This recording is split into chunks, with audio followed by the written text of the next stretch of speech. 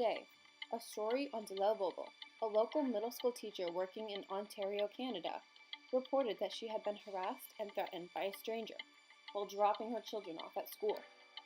Bulbul was one stoplight away from her children's school when a driver allegedly pulled up alongside her and started yelling. As a Muslim mother wearing a hijab at the time, Bulbul and her children were shocked but ignored the verbal attack and drove away. But the threats did not end there. The stranger followed her to the parking lot of her children's school and continued to verbally attack Bulbul. Nearby teachers and staff gathered around in the parking lot, witnessing the stranger making an enormous scene with her accusations and threats. Startled by the crowd of people she had lured in, the stranger drove off. The OPP later confirmed that he contacted the driver, who has since apologized to school staff. The woman has not been charged with any criminal activity. So, what were some things that the woman was saying about you at the stoplight or the parking lot? Well, to start it from the beginning, we were driving, myself and my three kids, and I noticed while driving on the road on a red light, there was a car next to me. I looked to the car.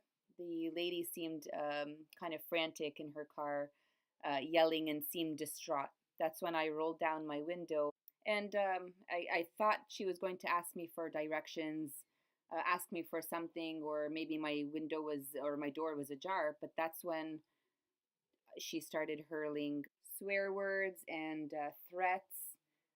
She had some actions that projected that she wanted to do some physical harm to me. And it was shocking for no apparent reason. A lady just wanted to tell me that I am a terrorist and go back to my country. Yeah, so do you think that people look at you differently when you wear the headscarf or the hijab? Surprisingly, I think it's all in my head more than anything. I can kind of take you back to my first day of officially wearing the hijab or the headscarf. I remember putting it on at home, feeling really anxious. How are people going to look at me? How am I going to be perceived? It was a lot of emotional feelings going through my head at that day. I put it on and walked into the store. A lot of things going through my head. And I kept saying, nope, this is all in my head. That's all it is. But then I saw somebody looking at across, just staring at me, really staring. And because I was already overthinking things, feeling self conscious, the worst went into my mind. What am I going to say if he hurls threats at me or says something to me that's insulting? What am I going to do? I prepared myself. He kept staring. And then he started coming and approaching me while I was in line. He approached me, and all I can think of was, how am I going to protect myself if he says anything to me? I'm already feeling self aware and self conscious. But to my shock, he actually approached me and said, excuse me, ma'am, I think you're in the wrong line. You can step ahead of me if you like. I had to just stop and analyze the whole situation. Things get bigger in your mind. You make things bigger. That was the best introduction to my hijab. So, do you feel happy when you wear your hijab or headscarf? I am delighted, actually. The good news is, especially when you go to work, you had a late night, you're tired. It is so nice to throw your hair in a bun, put a hijab on, and walk out of that door without worrying about how your hair looks. It's very freeing. Yeah. How does wearing the hijab affect your lifestyle or your family? Um, Once again, I think it was all in my mind at the beginning. It's all preparation, I feel.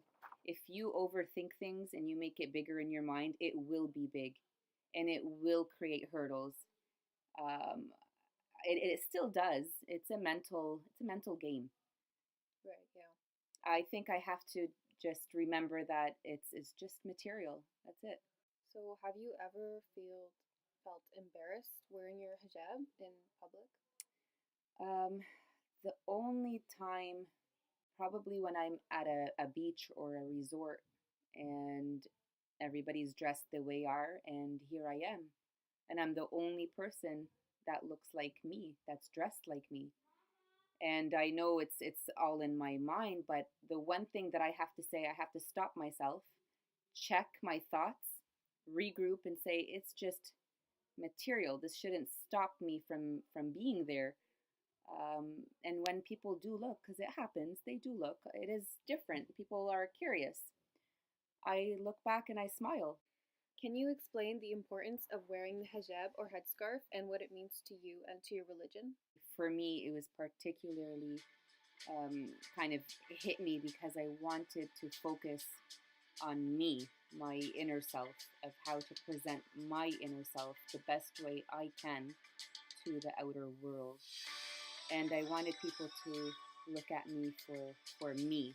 Well, that's all the questions I have for you. Thank you so much for the interview. Thank you, Rima. It was a pleasure.